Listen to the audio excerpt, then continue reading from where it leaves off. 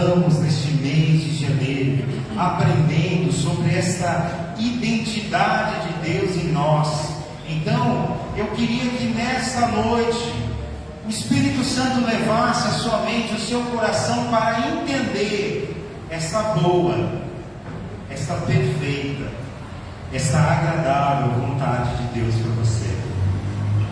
Nós já aprendemos aqui que nós somos criados por Ele, que nós somos formados, e agora nós estamos entendendo como que essa identidade em nós não pode ser perdida. Então eu vou estar agora ministrando ao coração da igreja sobre isso. Como não perder a identidade de Cristo em você, como você não perde aquilo que é precioso. Sabe por quê, irmãos? É mais ou menos quando a gente tem que tomar um pouco de água e hoje minhas metáforas estão bem assim, sabe? Lagoinha, aquáticas. Então você tem que pegar um pouquinho de água no riacho e está bastante calor, você precisa beber bastante água. Mas à medida que você põe a água na sua mão e leva a sua boca, você vai notar que a água começa a esvair-se. E se você não for rápido o suficiente, se você pegar a água e deixá-la na sua mão, o que vai acontecer? Essa água vai esvair-se toda da sua mão, você não vai refrescar e não vai matar a sua sede. Então o que nós estamos dizendo é: Deus quer dar refrigério a você. Deus quer curar seu coração, Deus quer dar boas coisas a você, mas você tem que tomar essa bênção nas suas mãos e tomar a coragem de utilizá-la para que isso faça sentido, porque senão você pode perder nesse sentido o percentual abençoador de Deus na sua vida. Claro que muitas coisas Deus disse através de Jesus: o Pai me deu as suas vidas, e aquele que o Pai me deu, ninguém as toma de mim.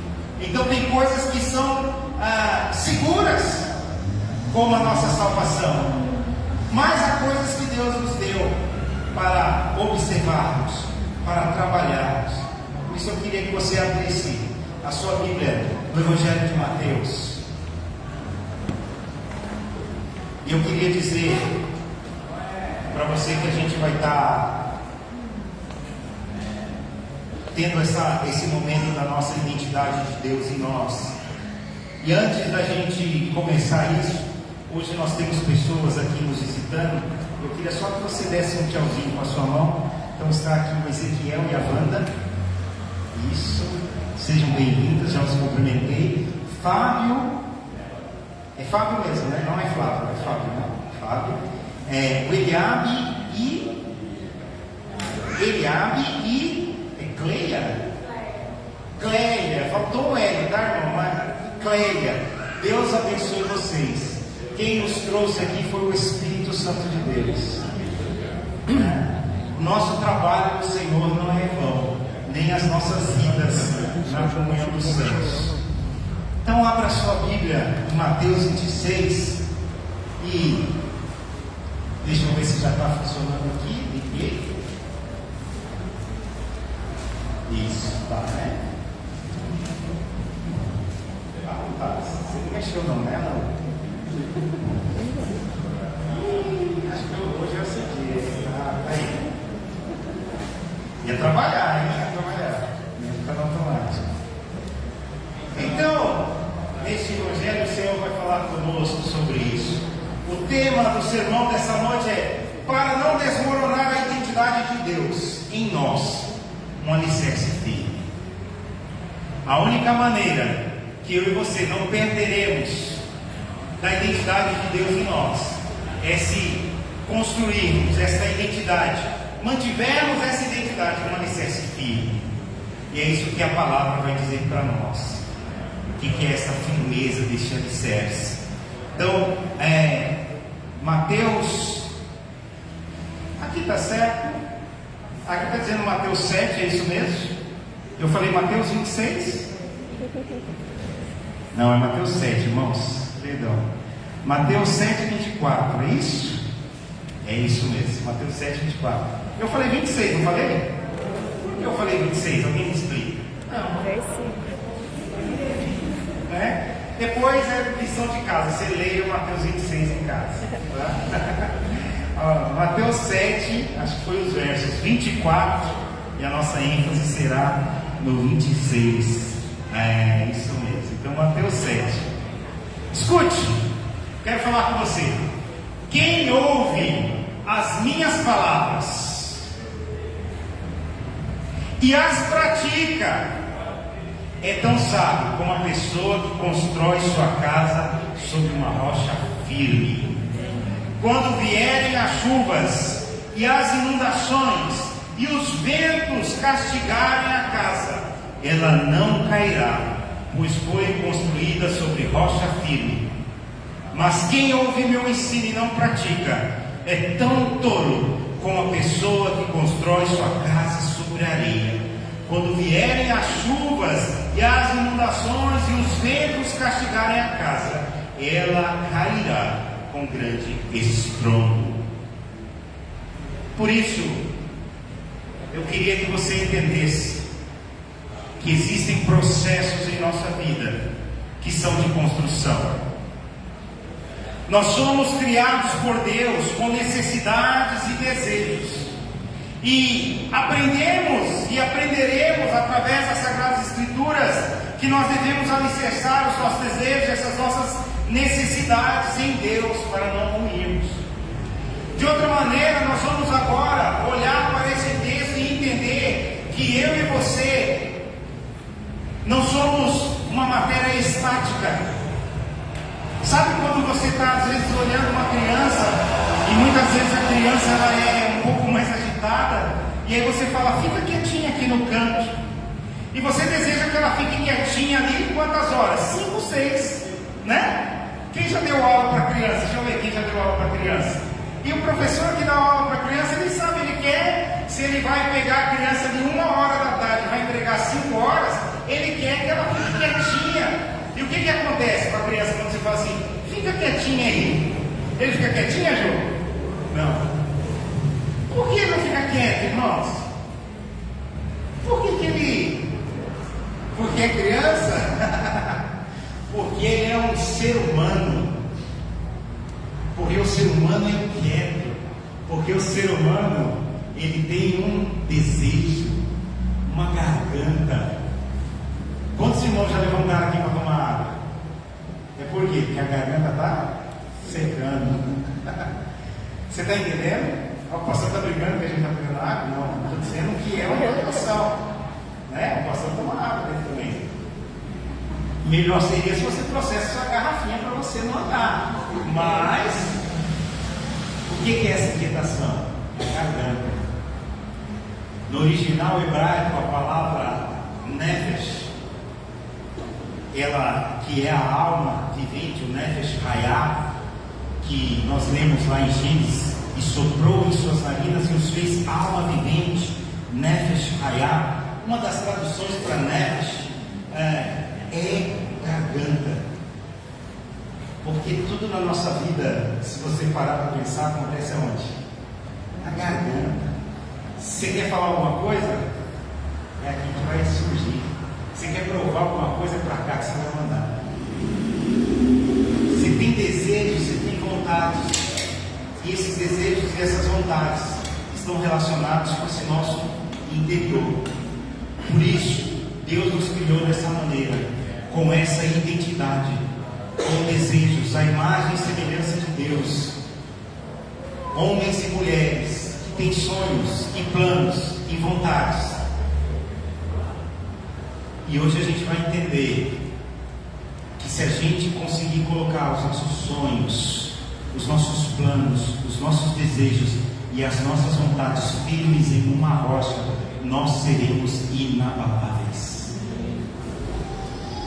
Talvez você saia da sua casa hoje um pouco triste. Talvez você chegou na igreja um pouco triste. Talvez na semana você se entristeceu. E eu queria de uma maneira mais simples, mas sem correr o risco de ser muito simplista, dizer: que você precisa avaliar onde as suas vontades, onde os seus desejos, onde as suas convicções estão firmadas. É assim que eu os levarei neste sermão. É assim que a palavra de Deus falou com este pregador. E é assim que nós estaremos. Por isso eu quero pedir agora para você orar comigo. Ore comigo por esse sermão. Deus, Pai, me ajuda a compreender a Tua palavra. Espírito Santo, ilumina a minha mente, o meu coração, que eu possa ser crente naquilo que o Senhor me diz, que eu possa ouvir a Tua voz e obedecer. Paizinho querido, fala conosco através do Evangelho. Fala uma vez e que duas nós possamos escutar. Assim eu oro nesta noite, em nome de Jesus. Amém.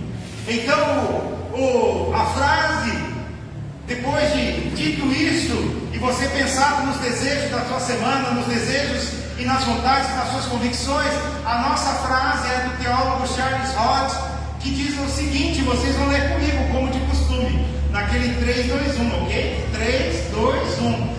Nosso fundamento, a rocha sobre a qual construímos nossas vidas e nossas crenças.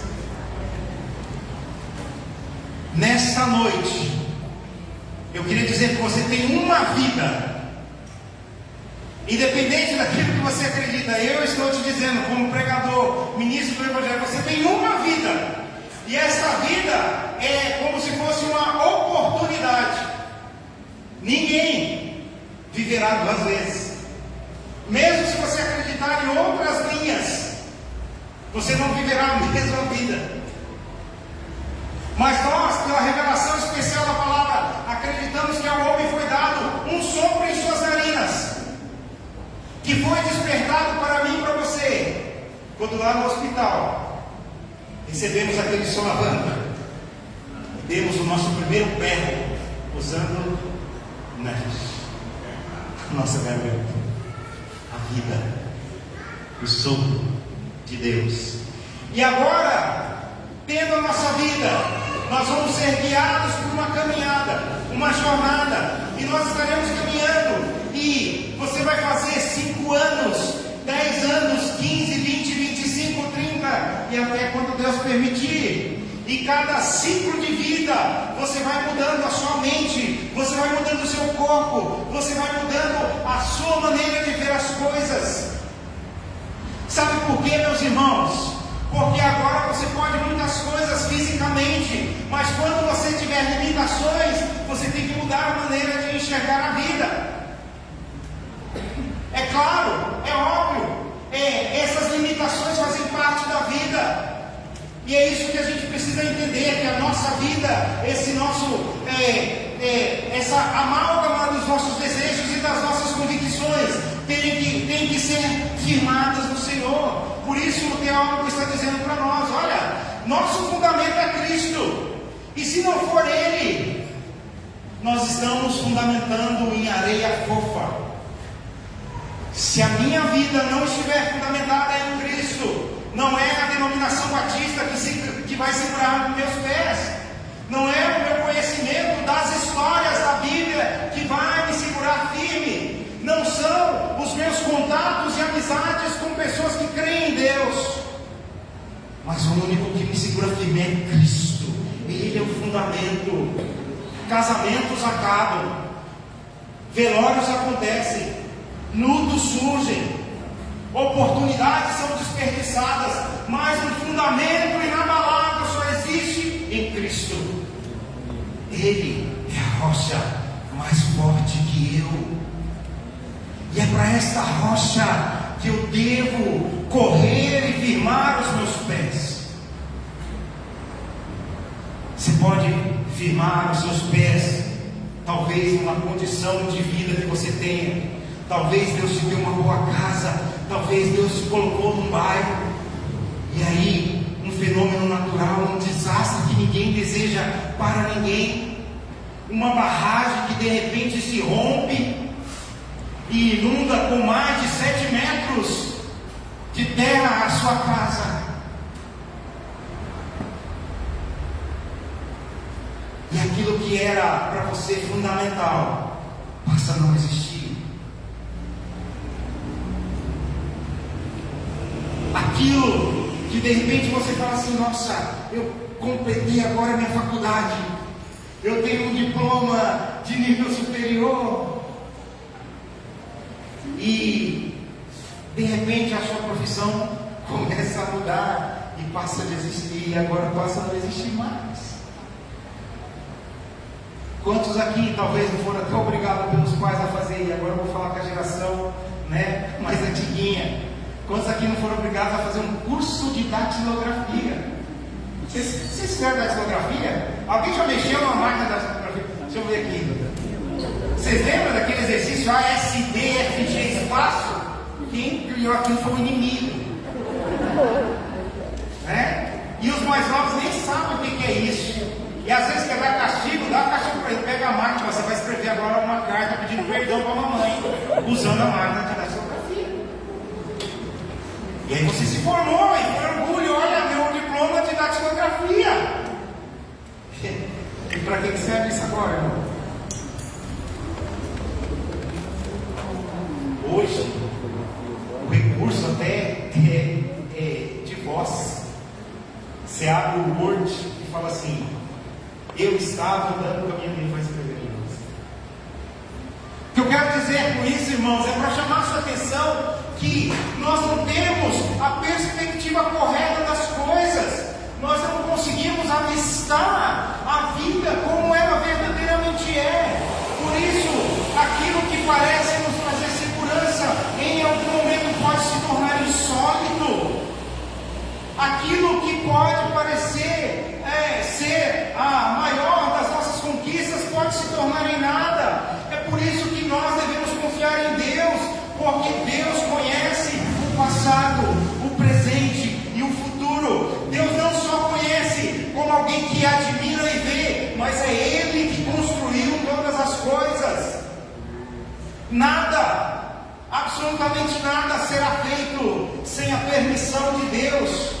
É o poder absoluto de Deus que cria, governa e rege todas as coisas. E é o poder ordenado dele que permite que elas aconteçam.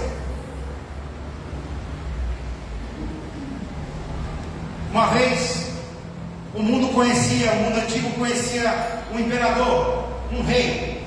Chamavam ele de Faraó. Nós nem sabemos o que é isso. Por isso que às vezes a gente não entende a história. E ele mandava como se fosse Deus na terra. Se ele quisesse falar assim: você vai comer hoje, você comia. Se ele quisesse falar: você não vai comer, você não comia. Você vai morrer hoje, você morria. Você vai viver hoje, você vivia. Existiu esse homem. E este homem certa vez falou assim: olha, todos os bebês desta etnia deverão morrer, porque eu sou o Faraó, eu sou Deus. Mas Deus falou: dentro do seu poder ordenado, todos eu permitirei, mas um vou preservar. Esse vai sair do rio. Esse você pode jogar no rio, você pode jogar no rio de piranha, no rio com crocodilo, você pode fazer o que você quiser. E para eu mostrar agora, dentro do meu poder ordenado, do meu poder absoluto, quem vai cuidar dele é você que mandou matar os bebês. Você que vai alimentá-lo, você que vai educá-lo, você que vai instruí-lo. Este bebezinho vai receber um nome não hebreu, um nome egípcio: Moisés. Moisés. Moisés não é nome hebraico, agora virou Moshe, mas Moisés era egípcio, igual Ramsés. Moisés.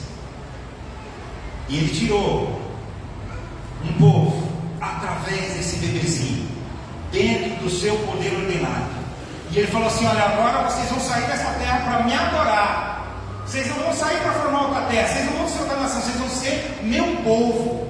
E quando esse povo começa a marchar e sair, e eles ainda arrastam os outros que não era da mesma etnia, mas que vai com eles, a Bíblia chama que divulga o populacho. Pessoas que estavam ali desinteressadas vão com eles. E aí eles chegam diante de um mar, irmãos. E hoje você tem Google Earth, você pode procurar ali o Mar Vermelho e ver como que é.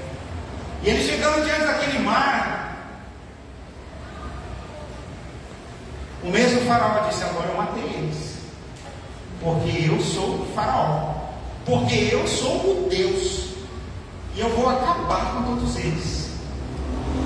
Mas aí dentro de um poder absoluto, Deus fala para o bebê que agora é homem: toca no mar com a sua vara. E ele o faz. E agora ele diz: e agora diga ao povo que marche. E o mar se abre. E dentro do poder ordenado de Deus, ele simplesmente diz: agora todos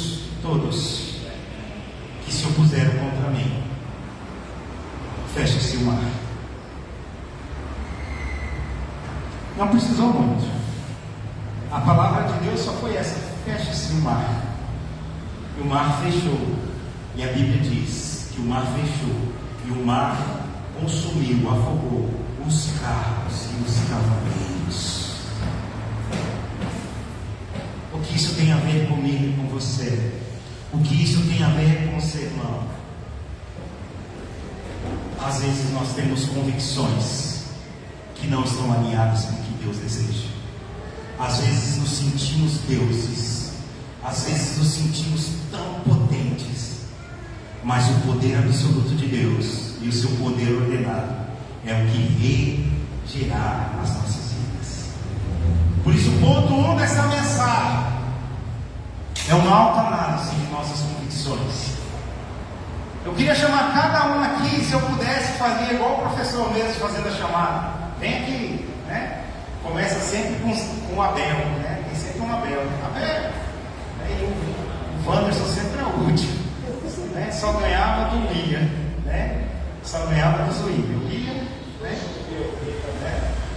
Então eu queria chamá-los agora como nós chamaram, dizendo o seguinte: você tem convicções, sabia disso?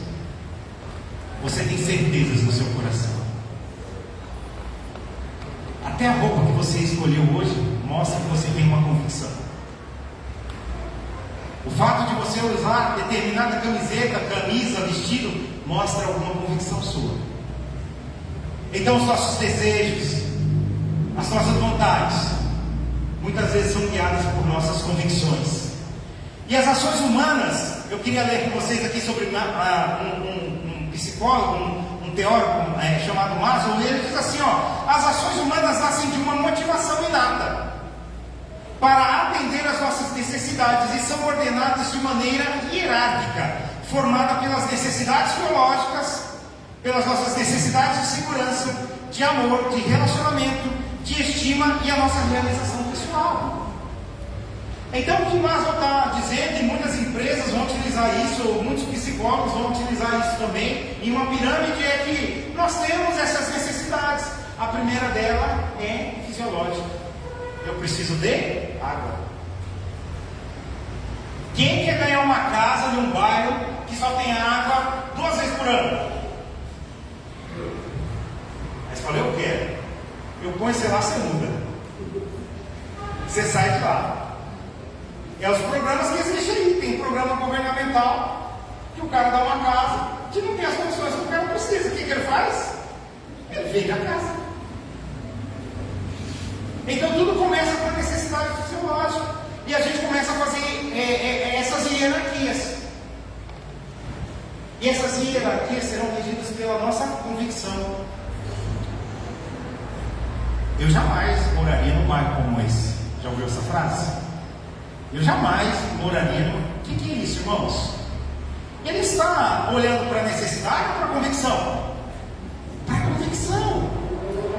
Eu jamais vou em um lugar como esse.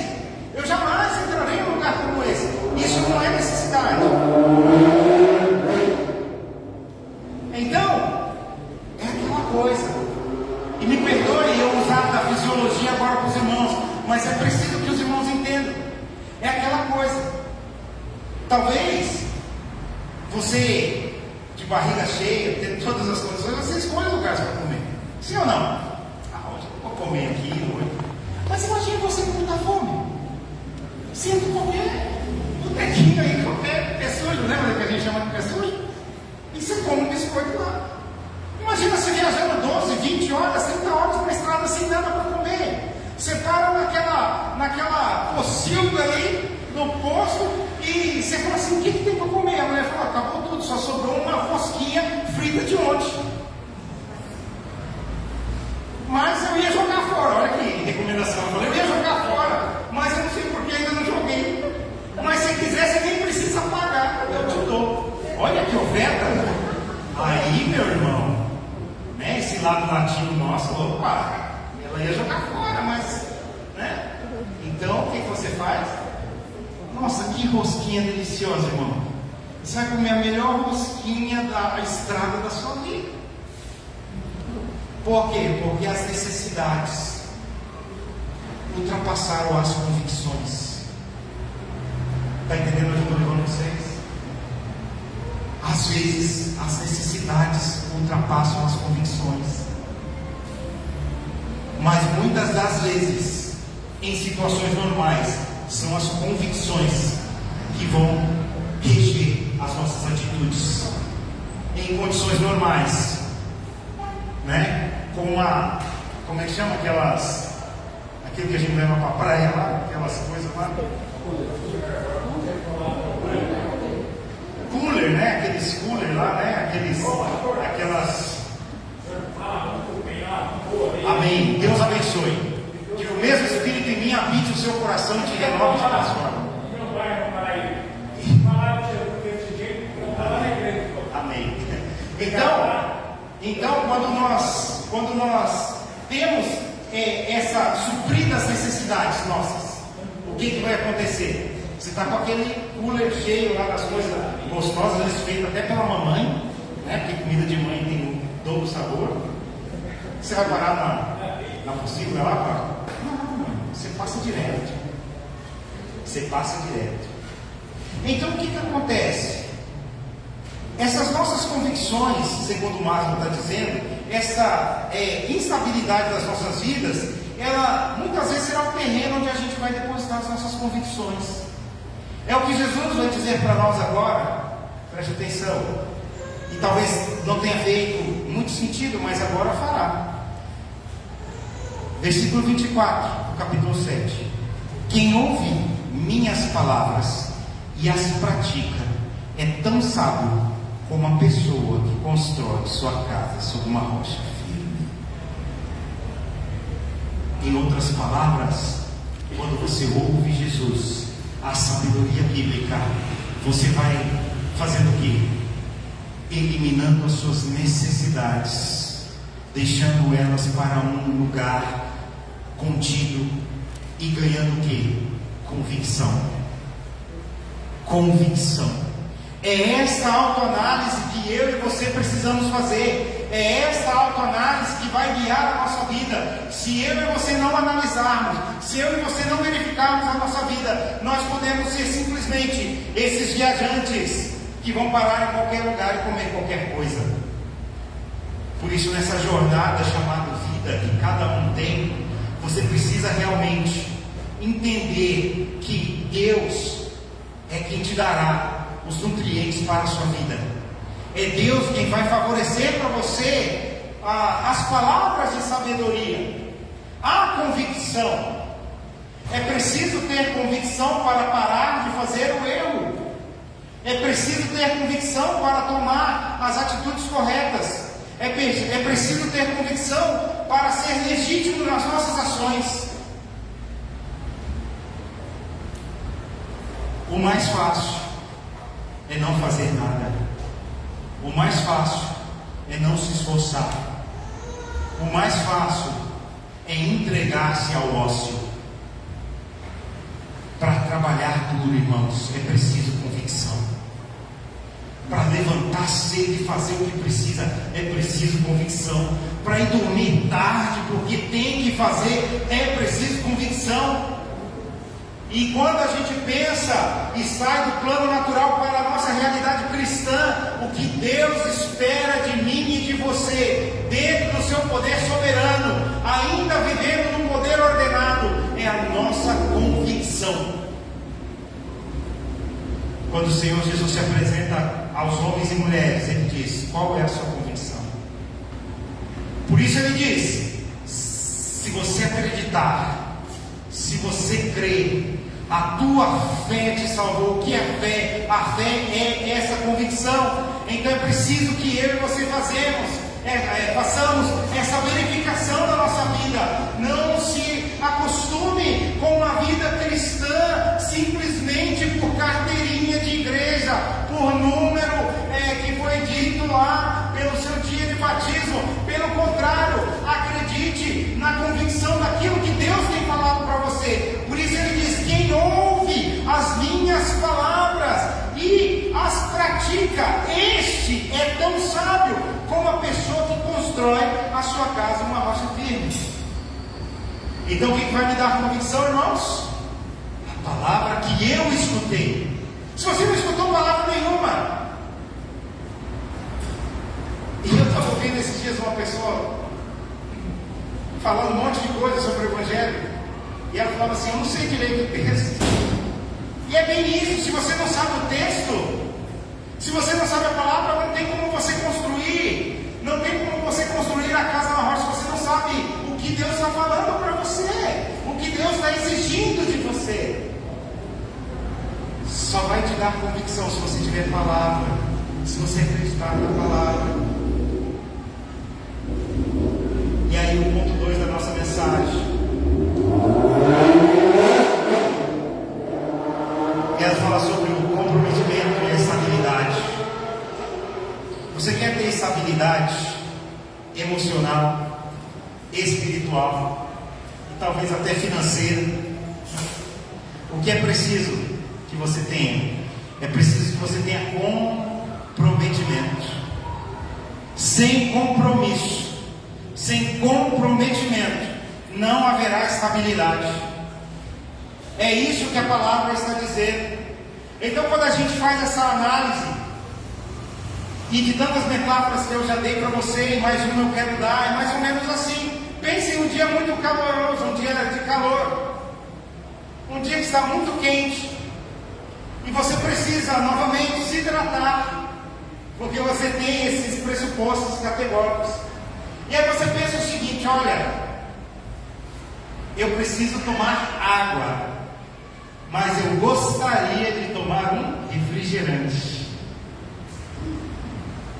Aqui você tem a necessidade, e aqui você tem a convicção. Qual que é melhor, irmãos?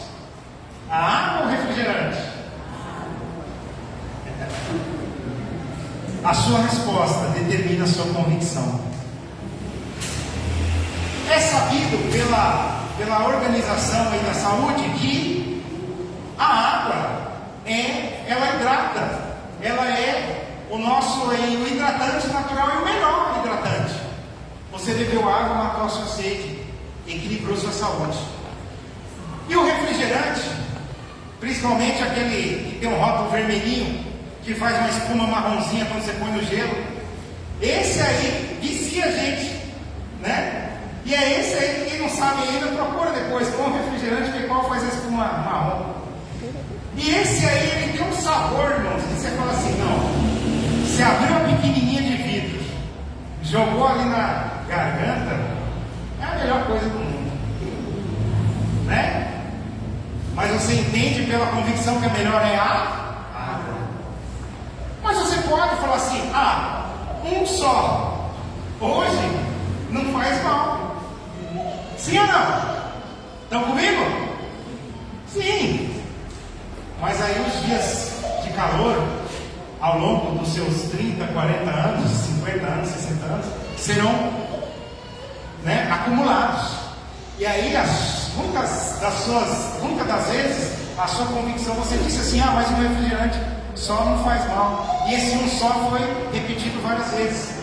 E aí você pode, depois de um tempo, entender que você, pela nossa Organização da Saúde, o médico vai dizer para você: olha, você está pré-diabético, você está com pedra nos rins, cálculo renal, você está com problemas cardíacos. E o médico vai fazer a pergunta baseada na convicção dele: você bebe muita água? água ou pouca água? E aí você, se você é honesto, prepara-se para a bronca. Eu bebo mais refrigerante. Né? Você vai apanhar, como diz o ditado, você vai apanhar mais que pandeiro no samba, né? O médico, ó, descascando. Mas se você bebeu água, você foi guiado pela sua convicção. E o que você perdeu? Às vezes, o prazer, né? Do docinho ali, no gelo. Perdeu o prazer. Então, a gente precisa entender que para gerar estabilidade é necessário comprometimento. O quanto você está comprometido com a palavra.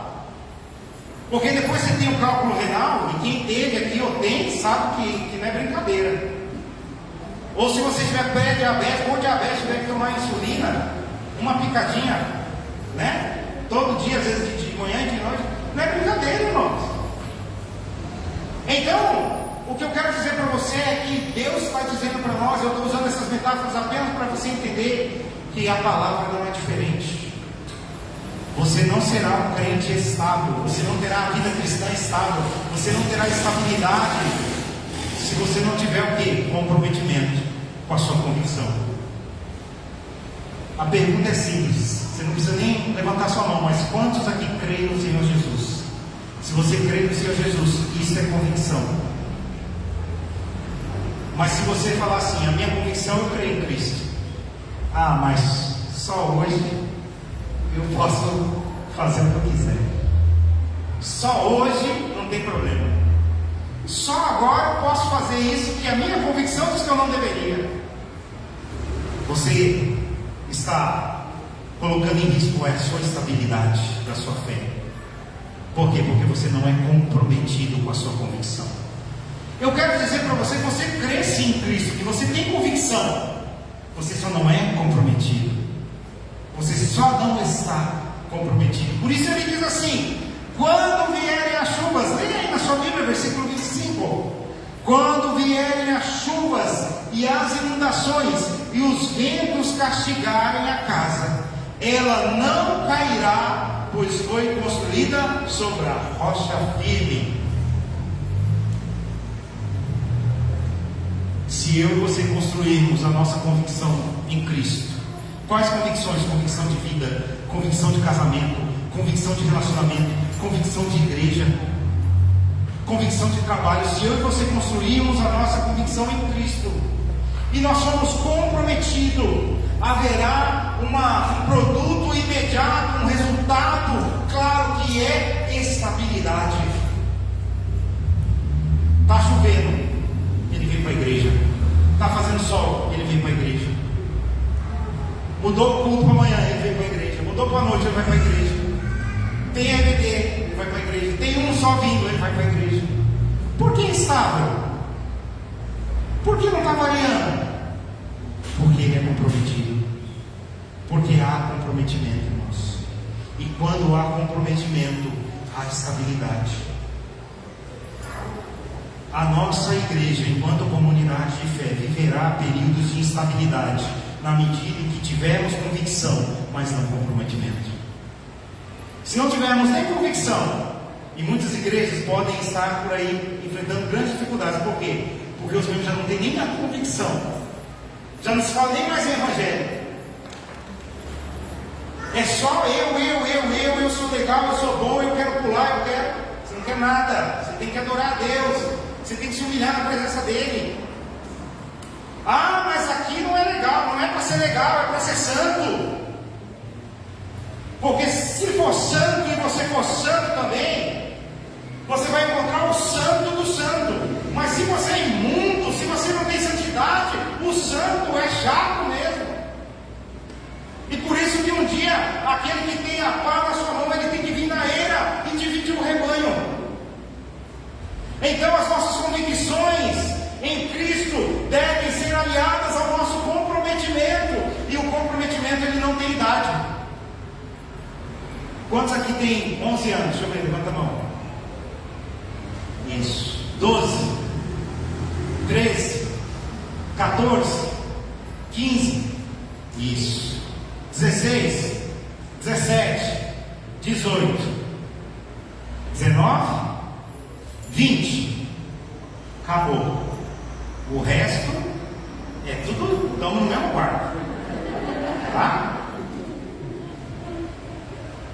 Eu sei que a convicção de vocês é frágil. E quem tem que dar convicção para vocês é o pai de vocês e a mãe de vocês. E eu sei que você vai testar, porque a mãe e o pai estão falando, não faz isso, e você vai testar. Mas eu quero dizer para você, desde agora, você com 11 anos, 10 anos, 12, 13, 14, 15, pode ser comprometido com Deus. E experimentar dele estabilidade. Estabilidade é o maior dom e presente desta sociedade atual. A nossa sociedade é uma sociedade que vive problemas psicológicos extremos. É uma sociedade que tem vivido a depressão, talvez quase que como a gripe. Tem pessoas que não ficam gripadas, mas estão deprimidas, estão depressivas. Por quê? Porque elas têm fundamentado as suas convicções naquilo que é insólito. Não têm firmado a sua fé, a sua convicção em Cristo, que é a rocha. Ah, pastor, então por que eu estou com depressão? Eu não sou de Jesus? Pelo contrário. É em Jesus que você pode se curar. E fora dele, dificilmente eu vejo cura. É na igreja que eu vejo homens e mulheres vencerem a depressão. Não é fora dela. Fora dela eu vejo muita dificuldade. Por quê? Porque na maneira que você troca as suas convicções para aquilo que é insólido, para um fundamento que é Cristo, é nesse exato momento que você trocou o fundamento e se compromete com ele, você ganha estabilidade. Você vai chegar na escola agora, você vai chegar na universidade, o professor vai dizer para você que você vem do macaco. Você está entendendo? Você fala assim, não quer ensinar. Mas você tem uma brincadeira, você pode falar para ele assim, mas como você prova? Ah, o fulano diz, não, mas como que ele provou? E sabe qual que é a grande verdade? Não há provas. O mundo foi formado de um ponto super concentrado. As pesquisas dizem, que pesquisa? Mostra para mim. Cadê o experimento? Cadê a replicação? Não se pode replicar, então é fé. O que não se pode replicar é fé. É crença. Mas um dia nós explicaremos. Também um dia eu vou ver face a face. Então no dia que eu ver Jesus, você explica também. Cadê o eu perdido? Não creio na igreja. A igreja é o ópio da sociedade. Só creio na ciência. Mostra, convence. E da maneira epistemológica, eu serei mais convencido que qualquer um. Mas não há, irmãos. Agora, nós também, como cristãos, devemos fundamentar e entender que há coisas que não se explicam, há coisas que não são explicadas. Por isso, eu e você precisamos estar comprometidos com a nossa convicção. Precisamos estar comprometidos com a nossa convicção. Eu creio em Cristo.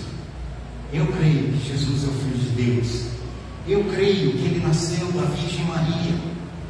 Eu creio que Ele foi levado a juízo por Pôncio Pilatos. Eu creio que Ele morreu na cruz pelos meus pecados e que Ele ressuscitou e agora vai regressar para me levar. Então essa minha convicção deve gerar em mim comprometimento.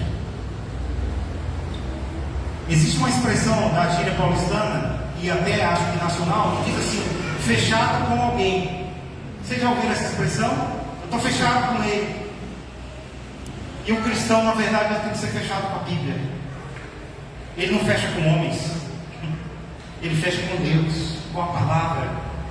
Por isso, irmãos, o comprometimento deve ser com estabilidade. E se não for um comprometimento com estabilidade, o contrário de estabilidade é instabilidade. Ah, não quero mais ir para a igreja, não quero mais ler a palavra, não quero mais orar. Por quê? Porque a sua convicção foi abalada. Porque a sua convicção foi alterada. Por isso que você precisa autoanalisar-se. Por isso que você precisa comprometer-se. Por isso que você precisa crer no Deus que tirou o povo lá do pó, lá do lixo, do monturo, e os fez Israel príncipe com Deus. A história deles é a nossa. E por último ponto, eu queria dizer para você: o alicerce, e somente esse alicerce, é o que vai garantir a estrutura. Jesus terminando, ele diz assim: mas quem ouve o meu ensino e não pratica, tão todo como uma pessoa que construi sua casa sobre a areia. Quando vierem chuvas e inundações e os ventos castigarem a casa, ela cairá com grande estrondo. E eu estou terminando já o sermão. E é o seguinte: queria que vocês olhassem ali para cima. Talvez vocês não notaram, mas olha aqui, na direção dessas lâmpadas. Entre essa lâmpada que está apagada e quase caindo, e aquela. O que vocês estão notando ali de diferente? Tem uma marca no teto? Sim, né? O que significa isso? Os mais experientes: infiltração, também conhecido como goteira. Teve um período de chuva, teve uma goteira. Já foi arrumado, amém? Amém. Mas o que causou ali? Fez uma mácula. É isso que a chuva vai fazer.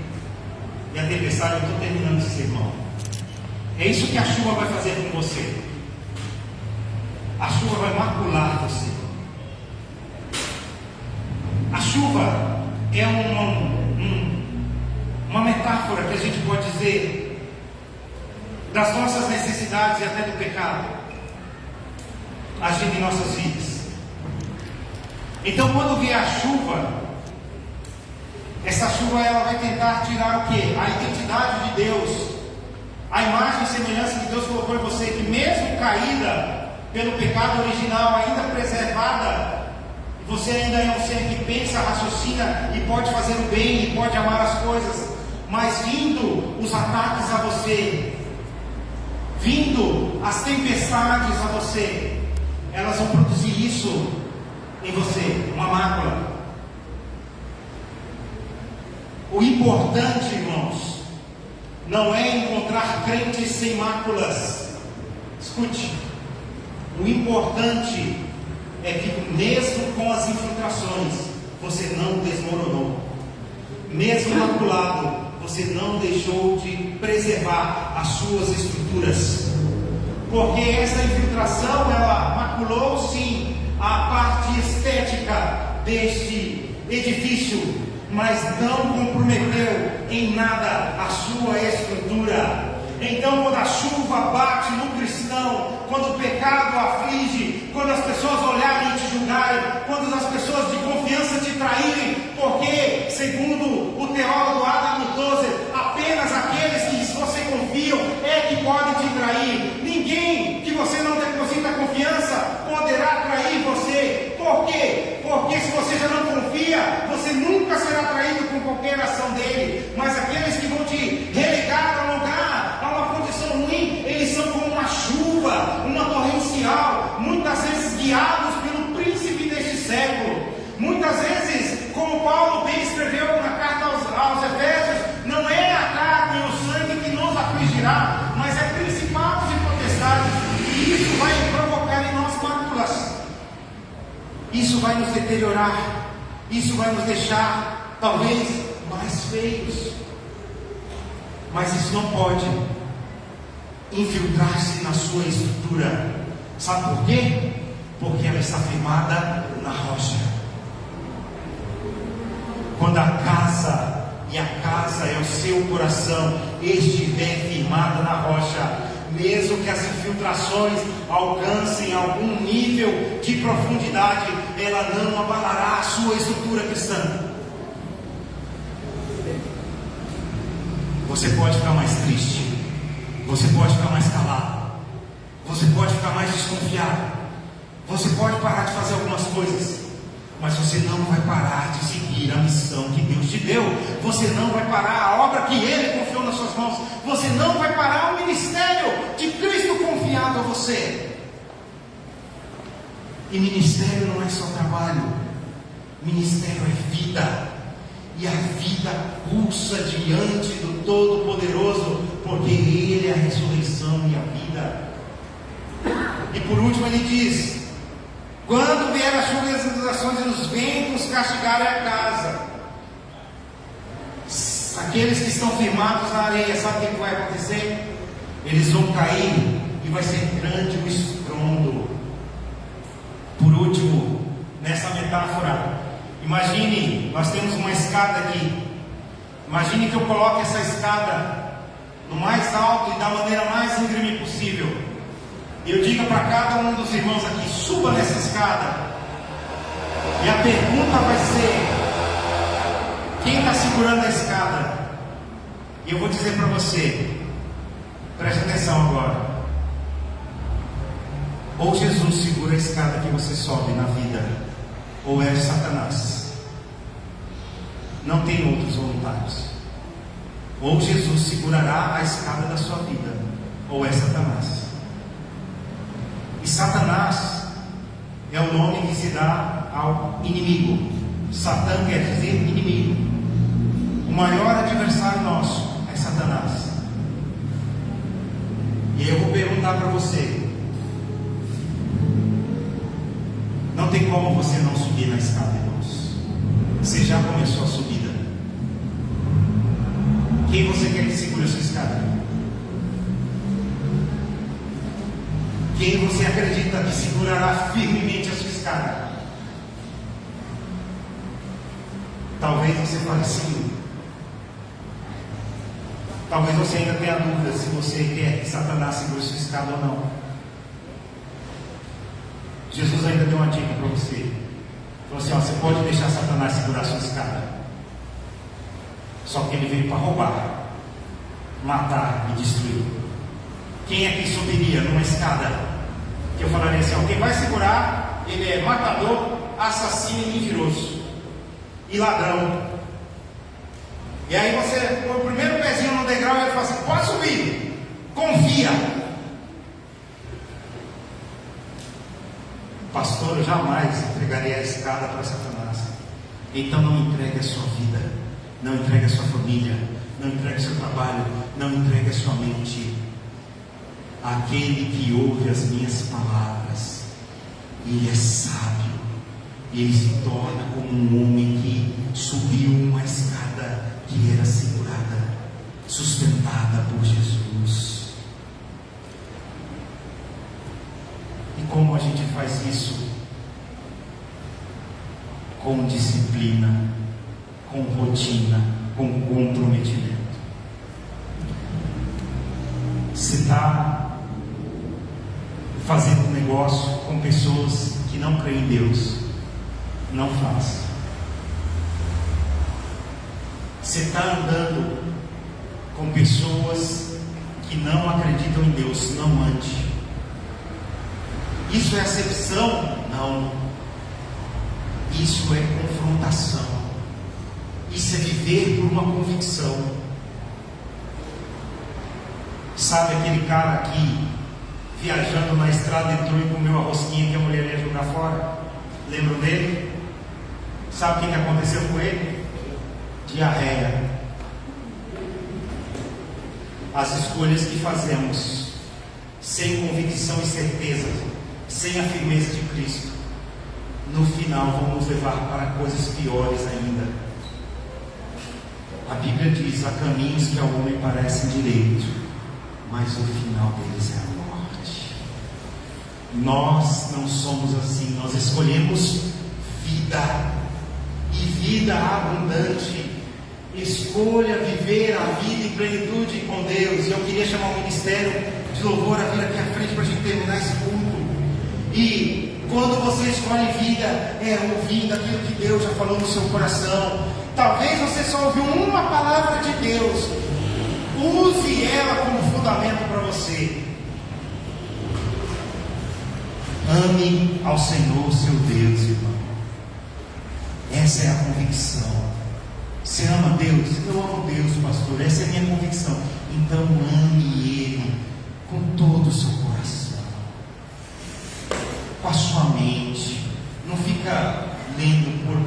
Maria, acreditando em homens que morreram. Tem gente citando filósofo na internet de cara que morreu louco com sífilis. É esse o tipo de filosofia que vai acalentar sua alma. Gente que morreu isolado, sem nenhum parente nem para visitar o velório. E esse cara fica vomitando que Deus não existe, que Deus não sei o quê. É esse tipo de gente que você vai ouvir.